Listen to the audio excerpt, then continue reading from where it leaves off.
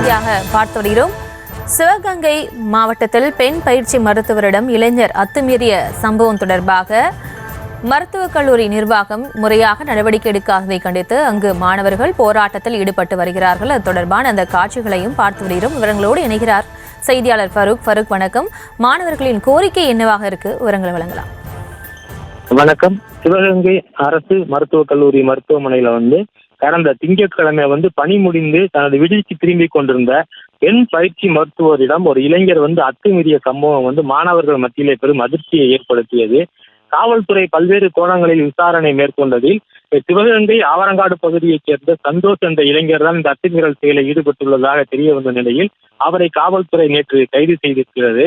இதனிடையே மாணவர்கள் இந்த விடுதியில முறையாக மின் விளக்குகள் இல்லை, சிசிடிவி கேமராக்கள் இல்லை என்று 10 மாதங்களுக்கு முன்பாகவே சிவகங்கை அரசு மருத்துவக் கல்லூரி நிர்வாகத்திடம் மனு கொடுத்துள்ளதாகவும், ஆனால் மருத்துவக் கல்லூரி நிர்வாகம் இதன் மீது எந்த விதமான நடவடிக்கை முறையாக எடுக்காத நிலையில் இந்த சம்பவம் நடந்துள்ளதாக கூறுகின்றனர்.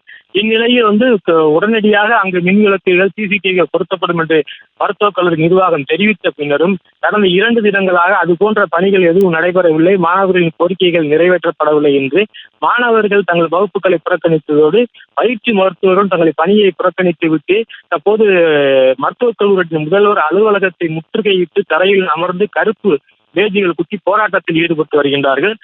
மருத்துவக் கல்லூரி முதல்வர் மாணவர்களிடத்தை நேரடியாக சந்தித்து பேசாததே இதற்கு காரணம் என்று மாணவர்கள் தரப்பு குற்றம் சாட்டுகிறது.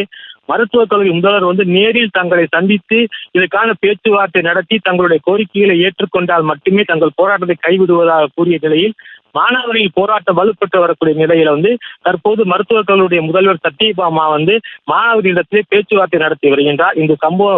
இந்த சம்பவம் மருத்துவக் கல்லூரி வட்டாரத்தில் ஒரு பரபரப்பை ஏற்படுத்தியிருக்கின்றது. விவரங்களுக்கு நன்றி ஃபரூக்.